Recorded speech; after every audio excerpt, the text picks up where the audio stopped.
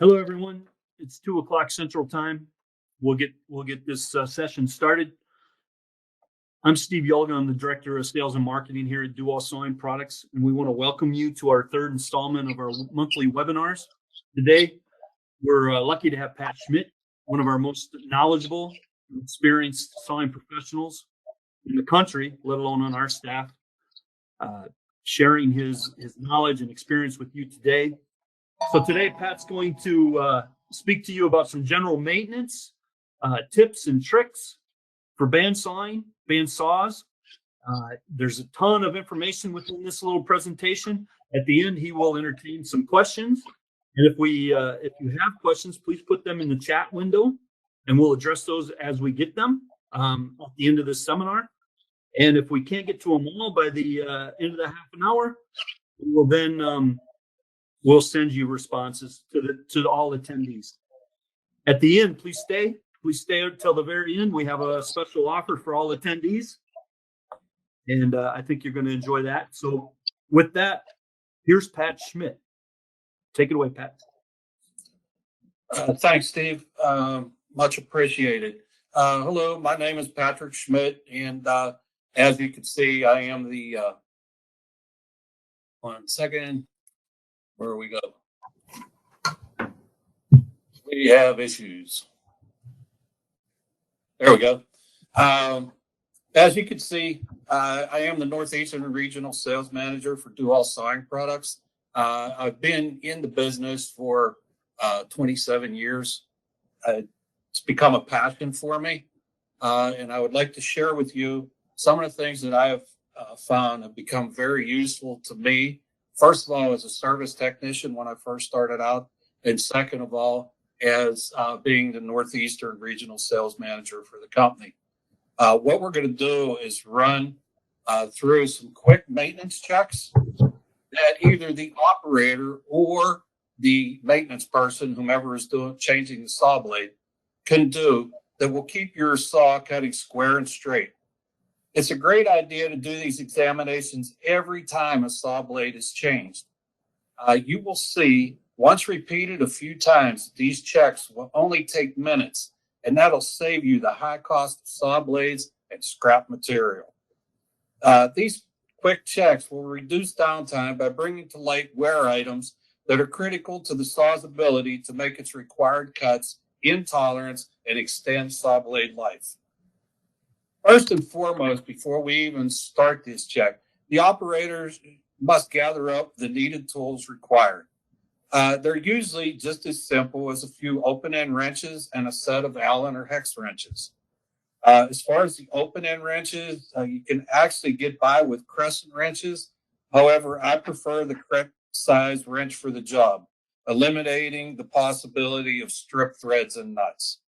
Also, make sure you have the correct set of Allen wrenches for your machine, whether it's metric or standard, since we do not want to run out any of the set screws by using the incorrect size Allen wrench.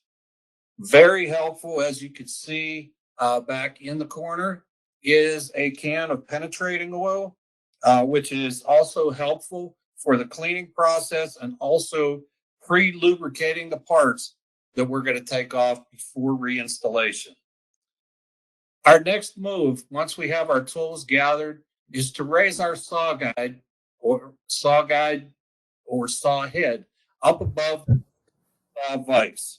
Always try to make sure that you leave yourself enough room in this area to remove the saw blade from the machine.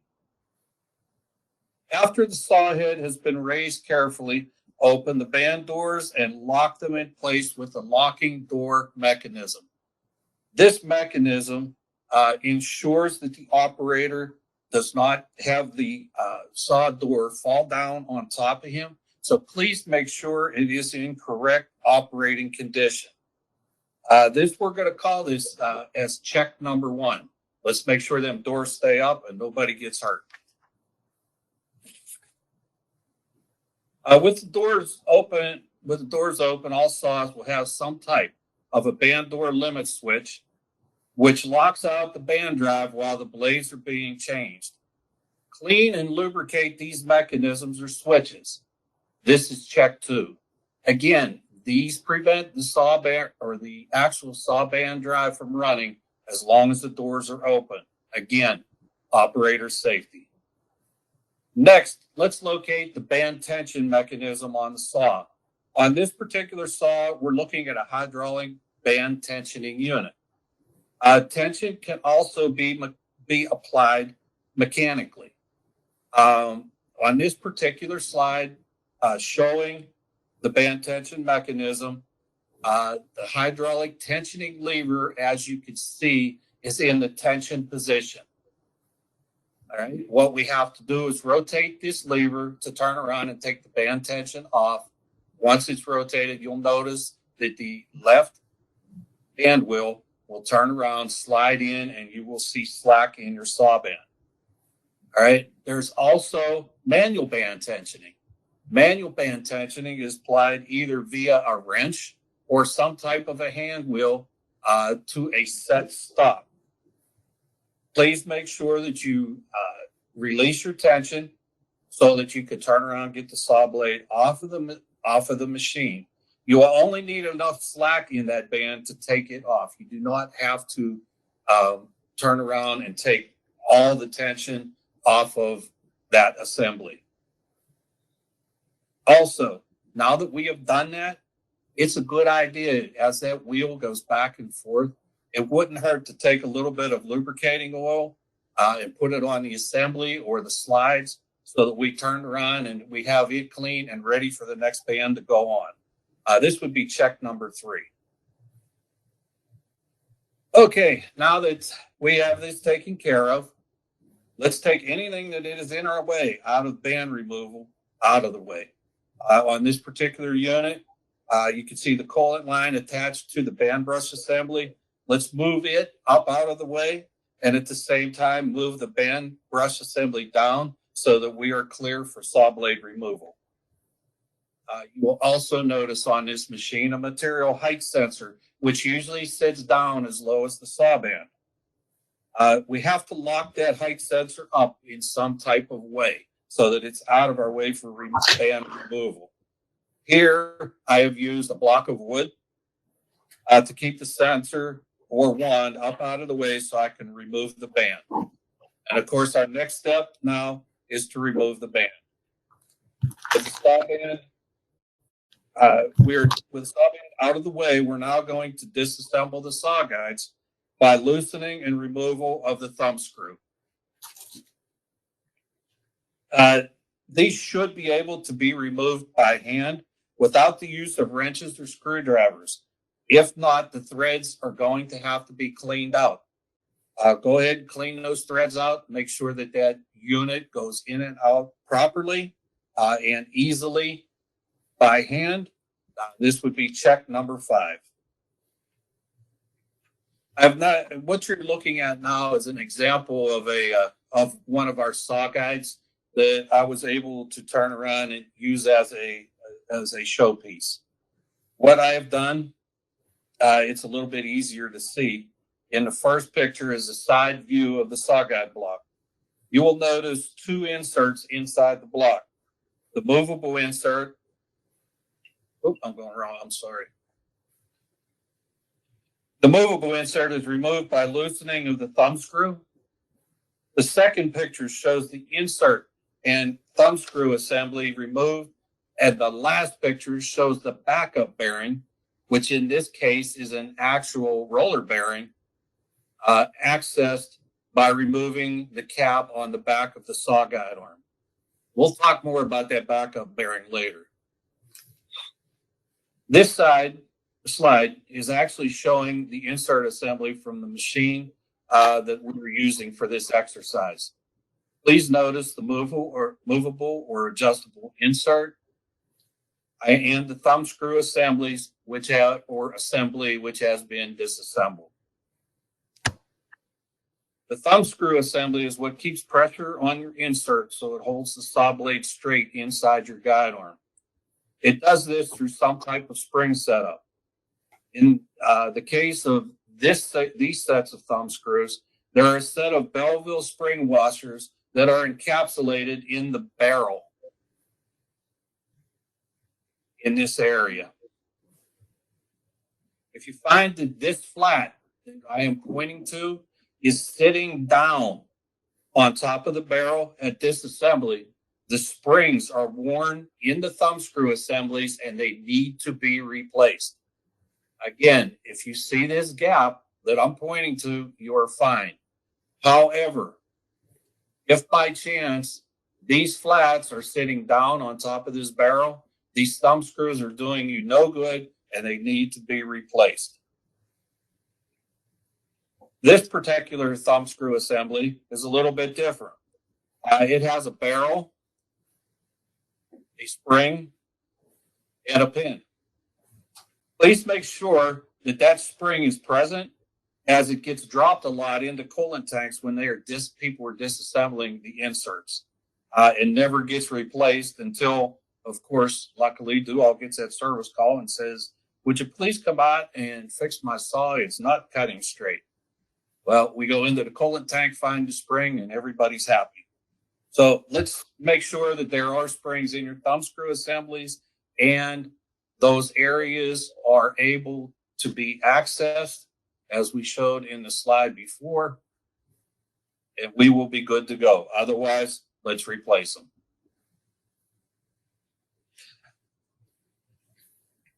All right, our next move now is we're going to remove the fixed or the back insert, which is usually held in place with some type of a bolt or a cap screw.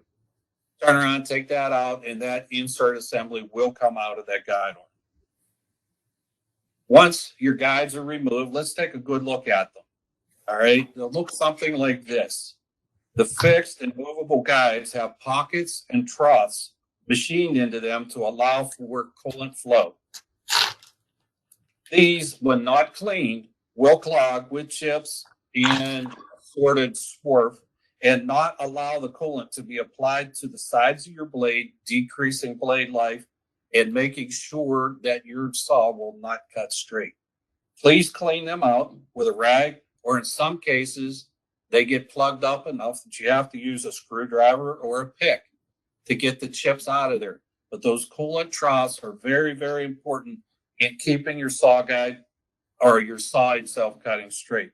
Please make sure they're clean. The faces on these particular inserts are carbide. Please make sure these surfaces are flat and break free. This slide is just showing a few other examples of saw guide inserts with the same thing in common. Of course, we have our coolant troughs. You see all the cutouts. And again, if you take a look, you will see that there is carbide pieces on each end of the insert. Make sure that these are clean. This is check 7.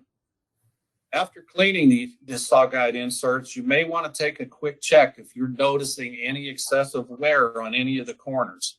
The corners of the saw guide insert should be within a few thousandths of each other when measured, as you see me doing here.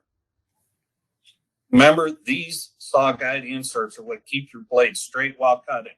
If worn unevenly, they will not keep your band in a proper position for a straight cut. If broken, chipped, or significantly worn, please replace these. This is check number 8. Now, with those out of the way, we're going to turn around and we're going to remove the backup insert from inside the guide. On this particular machine, the backup insert is held in place with a pin. Remove the set screw and then push the pin holding the backup bearing out until the backup block can be removed. Check the pin for wear and replace it if necessary. What I mean by wear on the pin, if that pin is bent and is not straight, it's not maintaining the proper preload on the machine, and that pin must be replaced. Again, this is check number 8.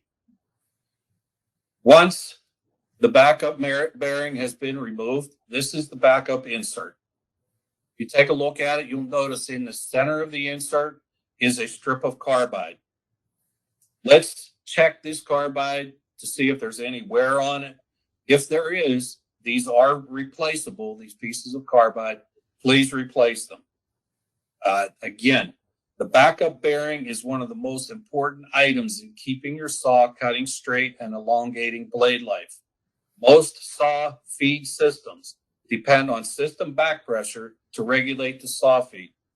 If the backups are worn, the back of the saw blade is allowed to go into an inverted condition, causing blade fatigue and in some cases overfeed conditions, which are detrimental to band life. Let's make sure these backups are in good condition. This is check number 9.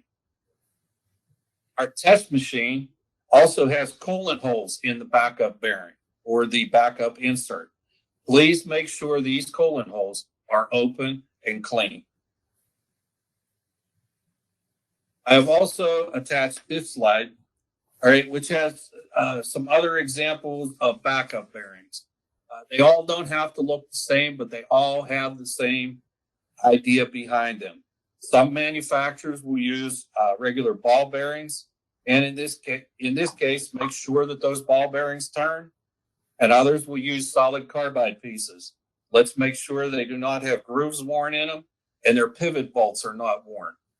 If they have grooves worn in them, usually the carbide inserts can be flipped over, and they can be used from the other side. If the pivot bolts have any type of wear or are bent, again, please replace them. The roller bearing, if the roller bearing does not turn, or if you notice an indentation in the race of that bearing, please turn around and replace it. Once we have the guide assembly completely disassembled, take your lubricating oil, spray it up in there, and of course, take a rag and clean the inside of the guide area to make sure that it's good and clean. You'll also notice the insert or the threads in the front of the saw guide block. Please make sure they are clean at this time also. With these steps now completed, let's turn around and reassemble the saw guide. We're going to do this just in a reverse manner of how we took it apart. Before we replace the saw blade on the machine, let's check the lead-in rollers for operation. You will see on this particular machine, there are 3 lead-in rollers. If a roller will not turn or has the outside race worn in any way, please replace them. These rollers allow for a smooth twist of the saw band going into the saw guide inserts and protect them from extreme wear from the twist of the saw band. They also act as vibration limiting devices, increasing band life. These rollers are on cams and should be adjusted to just touch the blade once a blade is installed in the machine. This is check number 11. Okay, we're still not ready to put that band back on, but let's check our wheel flanges for wear. There should never be a sharp burr on the edge of these wheel flanges. If there is, your blade is riding too hard on that flange and indicates either a set of worn backup bearings or bad wheel bearings. Be very careful when checking this. Don't run your finger across it because these edges can be very sharp and can cause some serious cuts. Check number 11. Our next check would be to check our wheel bearings. All right. The easiest way to check your wheel bearings is to check for movement from side to side. Put your hands on either side of the wheel and just turn around and push. If you have any movement whatsoever, you have to replace the wheel bearings, or the preload on the bearings needs to be adjusted. It's one of the two. A qualified service technician can make these repairs for you. But if you notice that wobbling in there, please turn around, schedule a service call, and get the wheel bearings changed on the machine. When you do change the wheel bearings, please replace the wheel bearings in sets, not just one bearing at a time. Also, while the tech is there, or if you are doing it yourself, please check that shaft that the wheel is riding on and make sure that there is no wear on that shaft. The spun bearing from a bad wheel bearing could damage the shaft. And even if you put new wheel bearings on, it's not going to turn around and take that side to side movement out. That shaft needs to be replaced. That's check number 13. Last but not least, let's check our band brush. This assembly, when properly maintained and adjusted, will increase your band life by 50%. First of all, let's make sure that nut is tight, and try spinning the brush by hand. If the brush does spin, then you are in need of new bushings for that band brush so that it can be tightened down on and will only turn when the band brush axle is turning. Please make sure that you have the correct brush on the machine and the correct number of brushes on the machine. I would check your parts manual. A lot of manufacturers require 2 brushes on the assembly, not just one. We had a lot of instances over the years of band brushes being installed, and they look good, but they're not turning, either due to a broken shaft on the assembly or improper bushings. Please make sure this band brush is correct and operational. This is check number 14.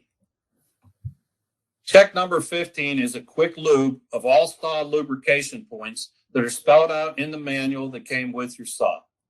Do not over lubricate. We are doing nothing but renewing grease in these areas. And again, you'll see that the lubrication points are spelled out in your manuals. Okay, let's install our saw blade and let's get back to work. Again, you will notice that these checks, once an operator gets used to them, will take no more than 10 minutes. And in taking that 10 minutes, that could save you hours and hours of downtime or hundreds and hundreds of dollars in brand new saw blades. As you can see, our territories here in the United States have been broken down. I have team members that are in the same capacity as I am. You have Dan Royer out in the West Coast, Tim Peel in South Central United States, Dan Stump is in the Great Lakes region, and Art Allen is in the Southeast region of the country.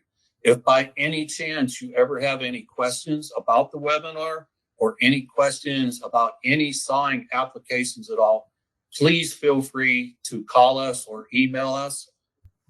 Again, I thank you for your time.